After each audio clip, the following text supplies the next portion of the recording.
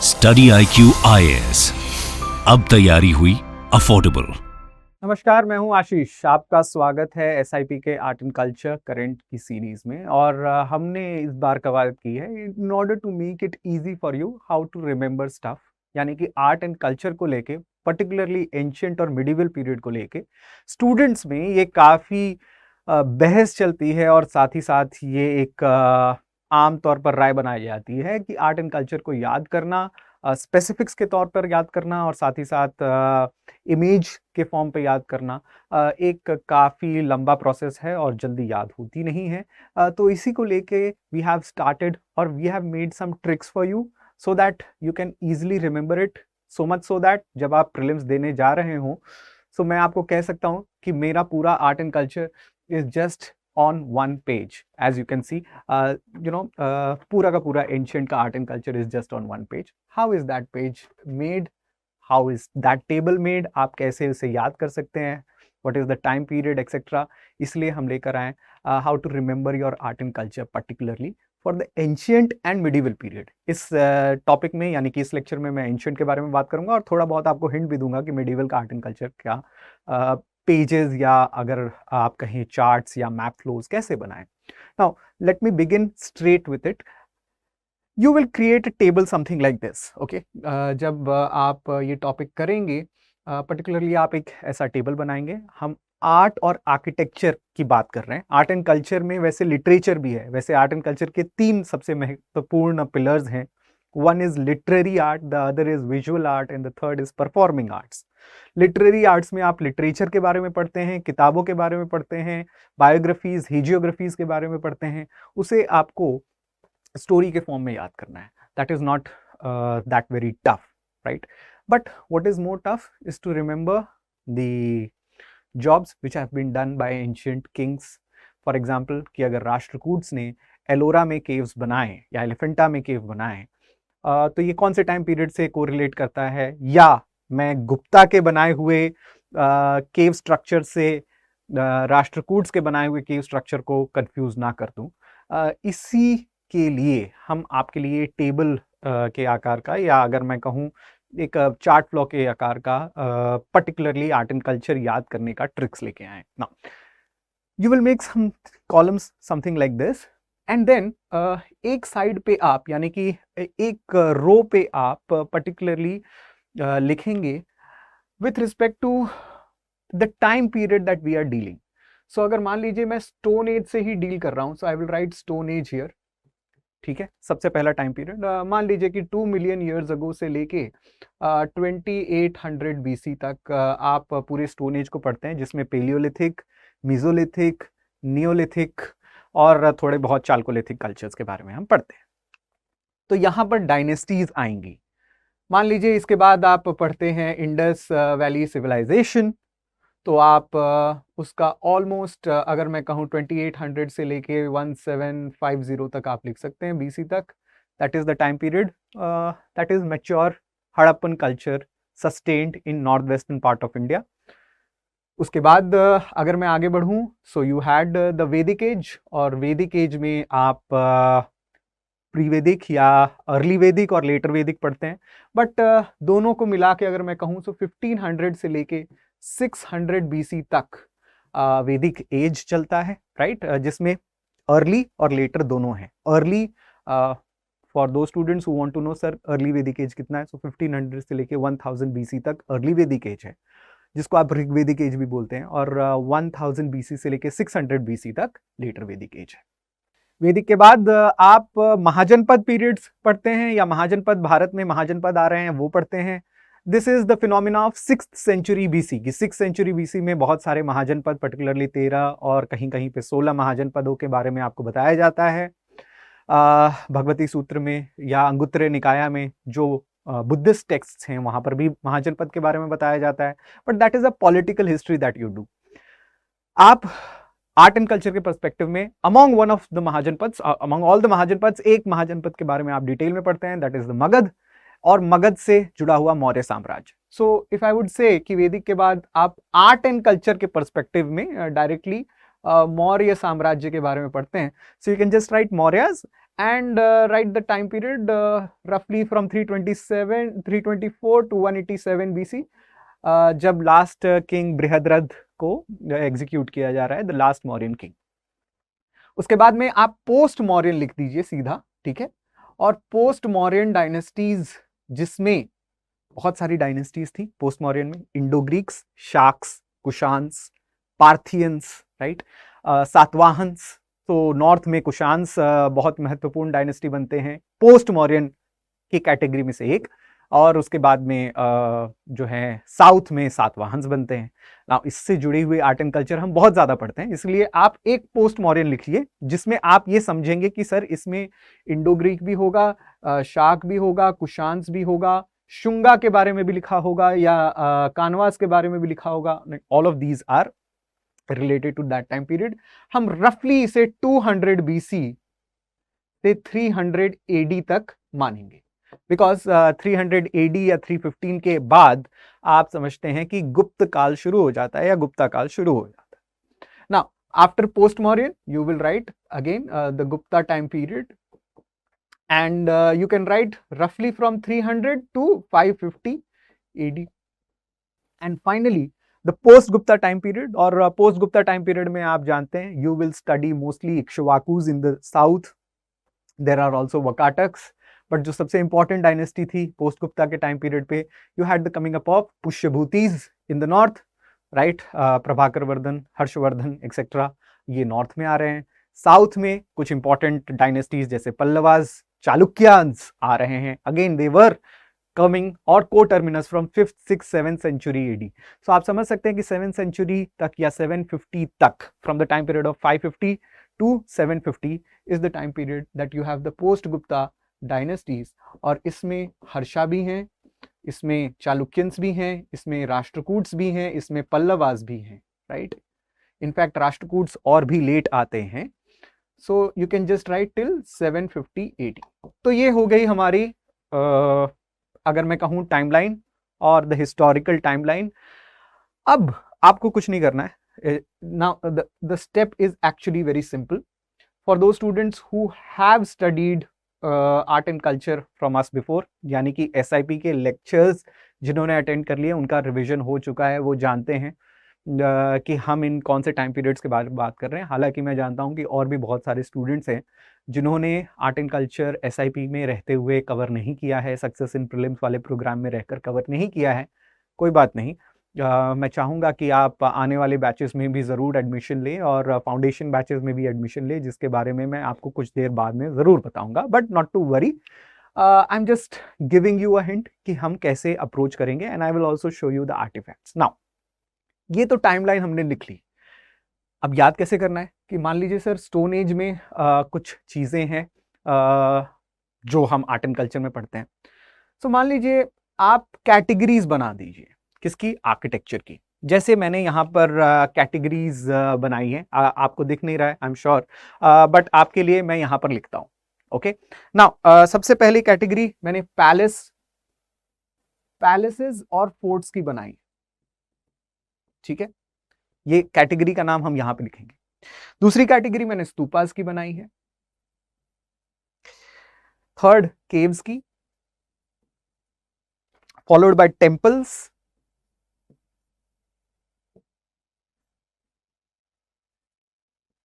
Followed by pillars, tombs and mosque. Pillars, tombs मैं इसलिए नहीं रखूंगा because most of the tombs start coming up और most of the mosque start coming up at the later और early medieval time period. So early medieval time period पे हम tombs और mask को ज्यादा ध्यान देंगे, लेकिन आप यहाँ पर लिख सकते हैं टूम, ठीक है। नाउ अब आपको ये क्वेश्चन पूछना है अपने आप से कि क्या आप स्टोन एज में कोई पैलेस ढूंढते हैं? कोई पैलेस मिलता है आपको स्टोन एज में? ऑब्वियसली नहीं मिल सकता। कोई फोर्ट नहीं मिल सकता। क्या स्तूपास मिलेगा? ऑब्वियसली नहीं मिल रहा। केव्स मिलते हैं? जी हाँ। Now those who have done art and culture, उनको पता है, या नहीं भी पता है तो मैं बता रहा हूं। मेसोलिथिक टाइम पीरियड में पर्टिकुलरली भीमबेटका में, आदमगढ़ केव्स में हमें मिलते हैं दी हैंड प्रिंटेड और the petroglyphs that is called as rock paintings. और रॉक पेंटिंग्स हमें इंडिया में भीमबेटका केव्स में मिल रहे हैं, जो मध्य प्रदेश में मौजूद है, भोपाल के पास। So you just write here Bhimbetka caves, और आप टाइम पीरियड भी लिख सकते हैं कि मेसोलिथिक टाइम पीरियड पे हमें ये मिलता है। As simple. टेम्पल मिलेंगे? बिल्कुल नहीं। पिलर्स मिलेंगे? बिल्कुल नहीं। टूम मिलेगा? बिल्कुल नहीं। This is how you approach it. Indus valley में आइए, क्या आपको फोर्ट्स, पैलेसेस मिलते हैं? जी हाँ, Indus valley was a civilisation. हमने बताया है कि वी गॉर्डन चाइल्ड ने बताया कि किस तरीके से इंडस वैली सिविलाइजेशन उस समय इंडिया में ही नहीं बल्कि वर्ल्ड की एक सभ्यता मानी जा रही थी। और सभ्यता का मतलब ये होता है कि जहां पर ना सिर्फ फोर्ट्स हों, सिटीज हों, पैलेसेस हों, बल्कि एक ट्रेड हो और स्क्रिप्ट हो, स्क्रिप्ट के साथ एक कल्चर दर्शाए चीज़ों का, रिलीजन हो सकती है लोगों की, बोलचाल हो सकती है, भाषा हो सकती है। इन सारे परिणामों का एक साथ जुड़ना ही सिविलाइजेशन का मानक बताया जाता है या कारक बताया जाता है। So Indus valley is Indeed. तो आपको क्या पैलेसेस और फोर्ट्स मिलते हैं? जी हाँ, आपको मोहेंजोदाड़ो में हम देख रहे हैं कि 3 स्टेजेस में सिटीज डिवाइडेड हैं। एक अपर सिटाडेल है, लोअर या मिड सिटी है, और लास्ट में लोअर टाउन्स है।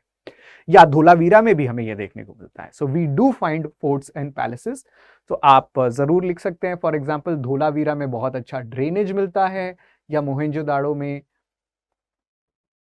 आपको बहुत अच्छा सिटी लेआउट मिलता है, ग्रेट ड्रेनेज मिलता है, ग्रेनरी मिलती है बहुत बड़ी, सरप्लस, यानी कि सोसाइटी एग्रीकल्चर से प्रोडक्ट को स्टोर कर रही है और उसके बाद में सेकेंडरी एक्टिविटीज की तरफ जा रही है, इसलिए हमें ड्रेनेज भी दिख रहा है और हमें ग्रीनरीज भी दिख रही है।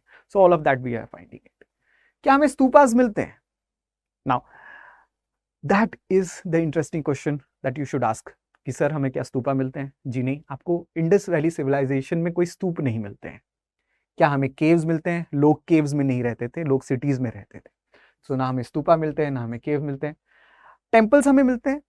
Now that is the most interesting part. आप एनसीईआरटी में देखेंगे या और भी किसी लेक्चर्स में पढ़ेंगे, इंडस वैली सिविलाइजेशन के लोग रिलीजन तो फॉलो करते थे, और पर्टिकुलरली वो नेचर वर्शिप भी होता था, एनिमल वर्शिप हो रही थी, ट्री वर्शिप हो रही थी, बुल्स को बहुत ज्यादा तवज्जो दी गई थी। एक मदर गॉडेस की टेराकोटा की मूर्तियां भी बहुत जगह मिलती हैं।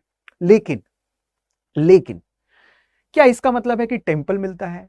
इंडस वैली सिविलाइजेशन के लोग आउटवर्डली रिलीजियस नहीं थे, मतलब कि बाहर से या बहुत बाहरी तौर पर रिलीजन को फॉलो करते थे या नहीं करते थे, ये हमें नहीं पता। इनफैक्ट हमें टेम्पल मिलता नहीं है, इसलिए हमें ये कंक्लूजन में पहुंच रहे हैं कि वे आउटवर्डली रिलीजियस नहीं थे। उनके घरों में एम्यूलेट्स जरूर मिले हैं, ताबीज जरूर मिले हैं। एक कोने में जलाई गई सूत या अगरबत्तियां जरूर हमें मिली है, या काली बंगन पर्टिकुलरली वहां पे हमें फायर ऑल्टर्स बहुत ज्यादा मिले हैं। यानी कि रिलीजन अपने अपने तौर पर कहीं ना कहीं प्रैक्टिस हो रहा था, लेकिन आउटवर्डली मैनिफेस्टेशन रिलीजन का नहीं था। यानी कि अगर मैं कहूं तो टेम्पल्स जो सबके पब्लिक यूज के लिए हैं, वो हमें किसी भी इंडस वैली सिविलाइजेशन के साइट्स पर नहीं दिखते हैं। So you will mark it as no. What about pillars? Indus valley civilisation के पिलर्स कैसे थे? Now again students who have done SIP, हम इतने महीन डिटेल्स में भी जाते हैं। We say it and we know that the pillars of Indus valley civilisation were basically square और रेक्टेंगुलर। हम स्क्वायर और रेक्टेंगुलर पिलर्स बनाते थे, बर्न्ट ब्रिक से, सन ड्राइड ब्रिक से नहीं, बर्न्ट ब्रिक से, जो भट्टी में जो ब्रिक्स बन रही थी उससे स्क्वायर पिलर्स बनाते थे। So yes, you do find architectural pillars. Architectural pillars का मतलब वो पिलर्स जो घर बनाने में काम आ रहा हो। स्टैंड अलोन पिलर नहीं है कि सिर्फ एक बीच में, शहर के बीच में पिलर खड़ा हुआ है या उसका कोई कमेमोरेटिव पर्पस है, ऐसा कुछ नहीं है। आर्किटेक्चरल पिलर्स, और वो भी स्क्वायर पिलर्स मिल रहे हैं। तो आप ऐसे लिख दीजिए। क्या आपको टूम्स मिल रहे हैं?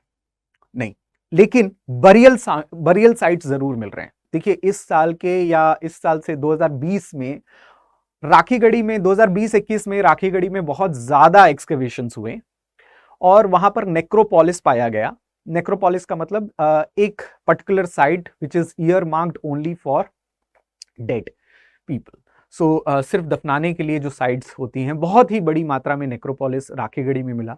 सो हम ये नहीं कह सकते कि टूम थे वो, but there was a civic sense of burying their dead.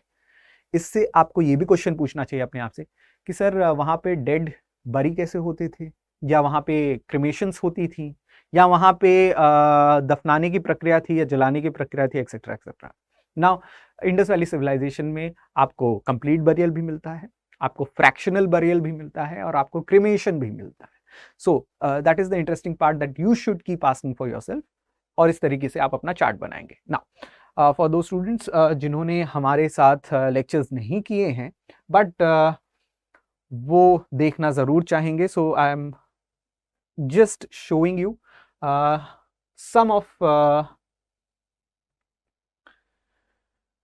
The images of Harappan cities. आप मोहनजोदाड़ो की सिटीज़ को देख रहे हैं, आप देख रहे हैं कि ब्रिक से बनाई गई ऊपर का टॉप का व्यू है। You can see the city is being laid out. ये मेन रोड जा रहा है, रोड का एक्सेस वगैरह यहाँ से जा रही है। As you can see this is the great bath out there, right. और यहाँ पर जो है एग्रीकल्चरल फील्ड्स हैं, रोड्स जो हैं वो राइट एंगल में काट रहे हैं, नॉर्थ और साउथ में एक्सेस जा रही है, ताकि eastern and western movement of sun को अच्छे से कैप्चर कर लिया जाए पूरे दिन के लिए। So all of these features were very much interesting part of the Indus Valley civilization. इसी से related आप देख रहे हैं city of Lothal, और even if later on I can show you the other parts and the other palaces. These are some of the seals that have been found, और seals का उपयोग particularly authentication के लिए होता था, ना कि अगर मैं कहूँ तो ट्रेड या कॉमर्स के लिए। टेराकोटा की बनाई हुई सील्स और उसी पे डिपिक्टेड एनिमल फिगर्स। यहाँ पर आप देख रहे हैं मदर गॉडेस को, या यहाँ पर बियर्डेड प्रीस्ट को, स्टेटाइट के बने हुए। These are some of the potteries which is related to the Harappan art and architecture. Particularly इस पॉटरी को हम कहते हैं black on red ware pottery, right. और one of the most famous enigmatic figures of Harappan civilisation is that is dancing girl, Mohenjodaro, bronze की बनी हुई और लॉस्ट वैक्स टेक्नोलॉजी से बनी हुई।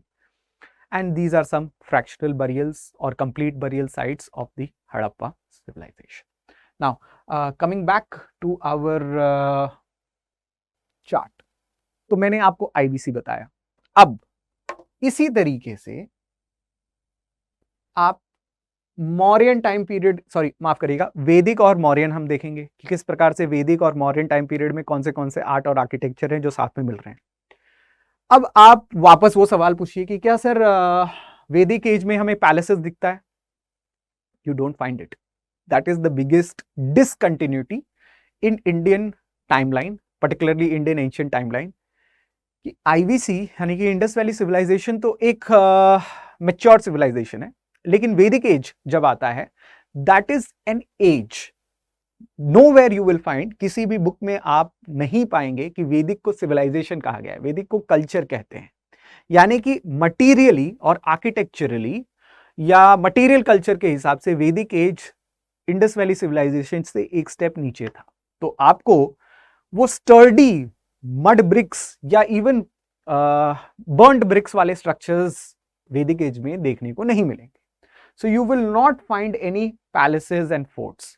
अच्छा, बहुत लोग कहेंगे सर रामायण और महाभारत में तो पैलेस और फोर्ट्स बताया गया है। लिटरेरी एविडेंस और आर्कियोलॉजिकल एविडेंस में जमीन आसमान का फर्क होता है। लिटरेरी एविडेंस में लिखा है कि अशोक की वुडन पैलेस थी, लेकिन क्या वो वुडन पैलेस पटना में मिलती है? हमें पता है कि वो जल के खत्म हो गई। उसके बाद में अशोक ने जो है स्टोन की पैलेस बनाई। अगेन ये लिखित फॉर्म में मिलता है, लेकिन क्या वो स्टोन की पैलेस मिलती है? पूरी की पूरी पैलेस नहीं मिलती है, लेकिन हाँ स्टोन के पिलर्स हमें जरूर मिलते हैं। सो रिटन फॉर्म और आर्किटेक्चरल फॉर्म, आर्किटेक्चर्स या आर्कियोलॉजी उसी को मानती है जो आपके सामने तथ्यात्मक रूप से प्रेजेंट हो। सो वैदिक एज के टेक्स्ट्स में या वेद में, पर्टिकुलरली ऋग्वेद में, फोर्ट्स का, पुरंदर्स का, पुर का नाम बहुत ज्यादा यूज किया गया है, सिटीज का नाम भी यूज किया गया है, लेकिन we don't find that materially relevant structures as of today. So आपको पैलेसेस और फोर्ट्स नहीं मिलते हैं। क्या स्तूप आपको मिलते हैं? Now Rigveda does mention stupa, but Rigveda mention stupa only in the form of fire alters.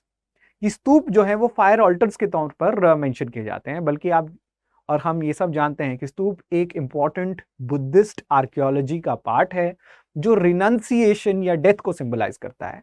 और पर्टिकुलरली स्तूप बनाने की प्रक्रिया बुद्ध के डेथ के बाद हो रही है। और अशोक अगेन ह्यूएन-त्सांग लिखते हैं कि अशोक ने 80,000 स्तूपों का निर्माण किया। अब 80,000 स्तूप तो नहीं मिल रहे हैं, लेकिन पहले के सबसे पहले के बनाए हुए कुछ अशोकन टाइम पीरियड के स्तूप जरूर मिल रहे हैं, and I will tell you that. So Rigveda के लिटरेरी एविडेंस में जरूर लिखा हुआ है, बट ठीक है, ये फायर ऑल्टर्स के रूप में था, इसलिए हमें ये देखने को नहीं मिल रहा है। क्या केव्स मिलेंगे? जी नहीं। टेम्पल्स मिलते हैं वैदिक एज के?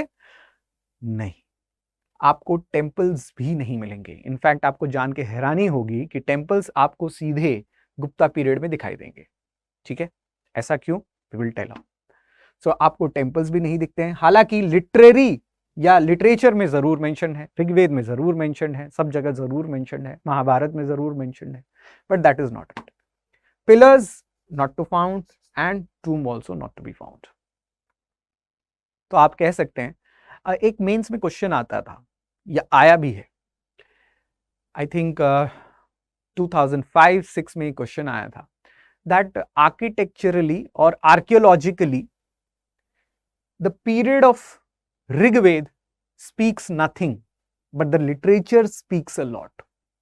कि लिटरेचर इस टाइम पीरियड में बहुत कुछ बताता है, या इस टाइम पीरियड का जो लिटरेचर है, ऋग्वेद, सामवेद, यजुर्वेद, अथर्ववेद, या पोस्ट वैदिक कॉर्पस लाइक पुराण्स हों, या आप समझिए धर्मशास्त्र हों, श्रुति लिटरेचर्स हो, स्मृति लिटरेचर्स हों, ये सब बहुत कुछ बताते हैं इस टाइम पीरियड के बारे में। लेकिन आर्किटेक्चरली ये टाइम पीरियड काफी शून्य है।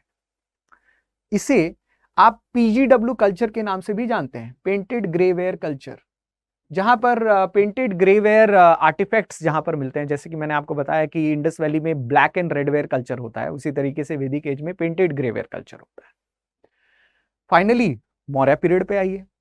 तो मौर्य पीरियड पे आपको पैलेसेस मिलते हैं। जी हाँ, हम जानते हैं कि चंद्रगुप्त मौर्य ने भी पैलेस बनाया था अपना पाटलिपुत्र में, या अशोका ने भी पैलेस बनाया था। कुम्भहार में हमें उनके पैलेस के बारे में या उनके पैलेस का एक पिलर जरूर मिलता है। सो you can right like that. Stupas मिलते हैं हमें। जी हाँ, अशोका का ये बताया गया कि 80,000 स्तूपास बनाए, लेकिन 80,000 स्तूपास नहीं मिलते हैं। सबसे पहले के जो स्तूपास हैं, पर्टिकुलरली पिपरवाहा स्तूपा, लोहरिया नंदनगढ़ स्तूपा और वैशाली स्तूपा, ये सारे स्तूप बिहार में हैं और ये सबसे पहले के बने हुए स्तूप हैं। So you will definitely right here and mark. क्या केव्स हमें मिलते हैं मॉडर्न टाइम पीरियड पे? जी हाँ, केव्स डेडिकेट किए गए थे by Ashok and his grandson Dasharath to Ajivika sects. सो अजीवक्स को केव्स डेडिकेट करते हैं। बाराबर केव्स गया में है, Lomrishi caves, Barabar caves, right, Nagarjuni caves, ये सारे केव्स अजीवक सेक्ट्स को अशोकन टाइम पीरियड में डेडिकेट किए गए हैं। ये सारे ग्रेनाइटिक केव्स हैं, सिंपल रॉक कट आर्किटेक्चर के पार्ट है। क्या हमें टेम्पल्स मिलते हैं अशोकन टाइम पीरियड के? जी नहीं, लेकिन लिटरेचर में जरूर लिखा हुआ है। फॉर एग्जाम्पल कलहन की राज तरंगिणी में ये लिखा हुआ है, जो कि एक 11th-12th सेंचुरी टेक्स्ट है। उसमें ये लिखा हुआ है कि अशोका ने श्रीनगर की सिटी को बनाया और वहां पर अशोकेश्वरा और विजयेश्वरा टेम्पल्स को इस्टेब्लिश किया जो शिव को डेडिकेटेड थे। अब ये टेम्पल हमें नहीं मिलता श्रीनगर में, लेकिन इसका लिटरेचर एविडेंस जरूर है। तो आप ऐसे लिटरेचर लिख के यहां पे जरूर लिख दें, लेकिन आर्कियोलॉजिकली आपको कुछ नहीं मिल रहा। So be very much clear about that. या पिलर्स आपको मिलते हैं अशोकन टाइम पीरियड में? जी हाँ, हर स्टूडेंट जानता है हिस्ट्री का, सारे जगह पे मेजर रॉक एडिक्ट्स हैं अशोका के, पिलर एडिक्ट्स हैं। सबसे इंपॉर्टेंट पिलर एडिक्ट्स जो हैं वो लुम्बिनी के हैं। So you can write something like that. Tomb not to be found. ठीक है, तो just show you since we have done. So ये है वो pillar, again from the Mauryan palace, ये रिक्रिएट किया गया है। कुम्भहार पटना सिटी, वहां पर आपको ये पिलर्स मिलेंगे। Stupa one of the earliest constructed stupa, हालांकि ये सांची का स्तूप जो प्रेजेंट स्तूप आप देखते हैं that is not constructed by Ashoka, पहले ये वुडन स्तूप था सांची का, बाद में इसे शुंग डायनेस्टी के लोग जो हैं और सातवाहन डायनेस्टी के लोग जो हैं वो पर्टिकुलरली स्टोन में रिक्रिएट कर रहे हैं, but stupa manufacturing started, right. ये सबसे पहले स्तूपाज हैं पिपरवाहा, वैशाली स्तूपा एक्सेट्रा, जहां पर आप अशोका के बनाए गए पिलर एडिक्ट्स को भी देखेंगे। So this is one of the pillar edicts which is there in the Vaishali stupa, right. So I hope इस तरीके से यू विल फॉलो, बिकॉज पहले तो आपको आर्किटेक्चरली देखना है कौन से टाइम पीरियड पे क्या बन रहा है, और उसके बाद में आप जब इस प्रकार की मैप्स या मैपिंग करेंगे so it will help you gauge the things for yourself. आइए जल्दी से देखते हैं with respect to the post Mauryan Gupta and the post Gupta time period. देखिए इस टाइम पीरियड पे particularly the post Mauryan dynasties आपको पैलेसेस, फोर्ट्स जो हैं कुशान्स के बारे में या इंडो ग्रीक्स के बारे में पैलेसेस और फोर्ट्स का वर्णन किया गया है, but again you don't find it.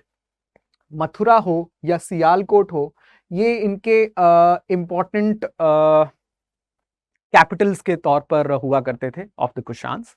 सातवाहन्स के प्रतिष्ठान हुआ करते थे, प्रतिष्ठान जो प्रेजेंट डे महाराष्ट्र में पैठान का रीजन है वहां पर।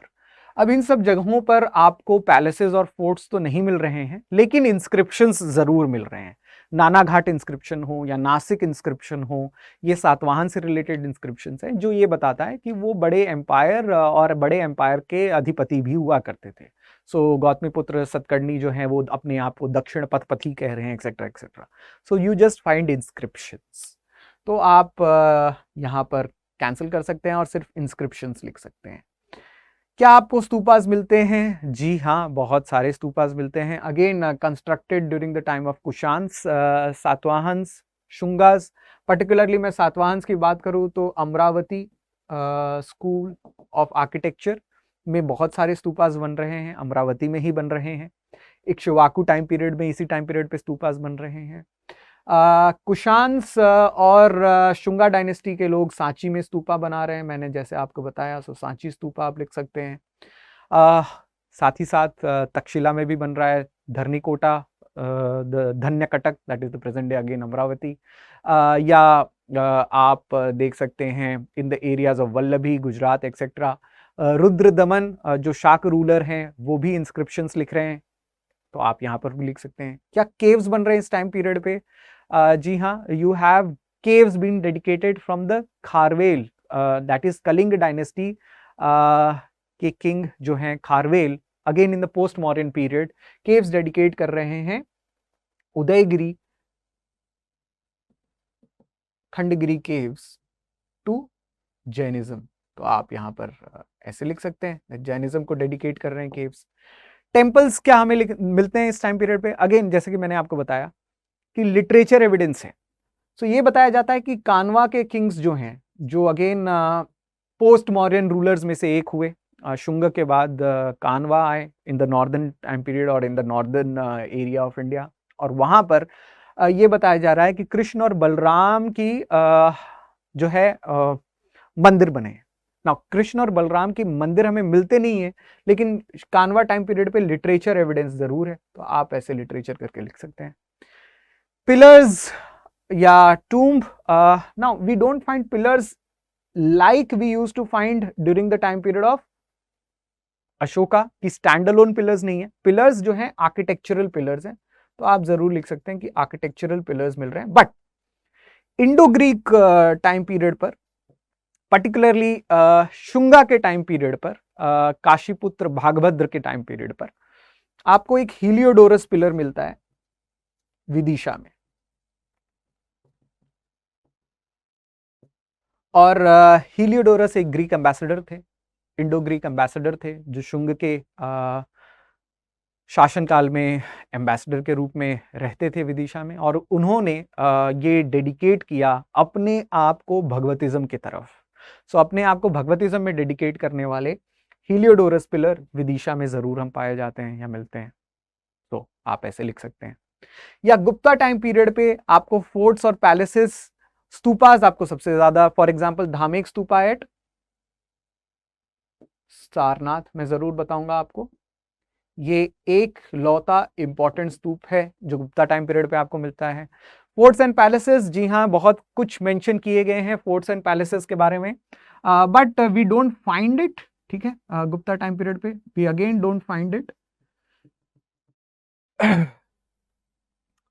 केव्स, जी हाँ, you have Bagh caves, Mandargiri caves in Bihar, और साथ ही साथ they have dedicated cave number 16, 17 and 19 in Ajanta and Ellora.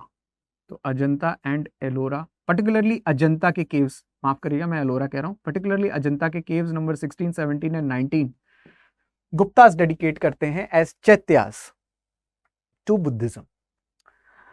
Temples क्या हमें मिलते हैं? जी हाँ, भरपूर मात्रा में गुप्ता टाइम पीरियड में ही हमें टेम्पल्स मिलते हैं। So temple structures Gupta time period के अपने आप में बहुत इंपॉर्टेंट हैं।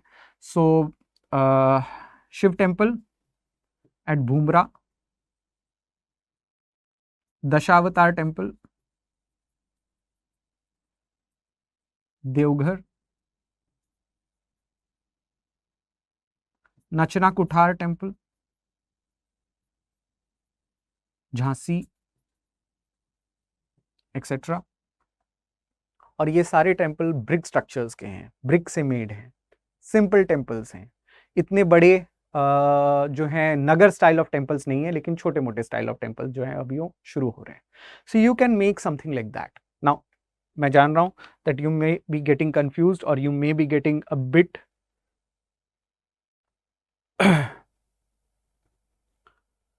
so I wanted to show you the temple structures of Guptas. So for example, Gupta age में आप देख रहे हैं that these are the caves, okay, from the Ajanta time period. Again, going forward, आप cave structures भी देख सकते हैं, बहुत सारे cave structures, particularly Junnar, Nashik, कार्ले, भांज, ये सारे cave structures post Gupta time period पे आ रहे थे। हम उसके आगे भी देखेंगे, पर्टिकुलरली ईस्टर्न इंडिया और वेस्टर्न इंडिया में। वेस्टर्न इंडिया पर्टिकुलरली में महाराष्ट्र के घाटों में ये केव्स बनने की प्रक्रिया पोस्ट गुप्ता पीरियड में बहुत ज़्यादा शुरू हो गई, क्योंकि उन्हीं एरियाज में चालुक्य भी आ रहे थे, उन्हीं एरियाज में यानी कि ईस्टर्न साइड में पल्लवास भी आ रहे थे, तो ये लोग केव स्ट्रक्चर्स भी बना रहे थे। But at the same point of time यहाँ पर आप देख रहे हैं Bagh cave, one of the most important images, that is Varaha image of the Bagh caves.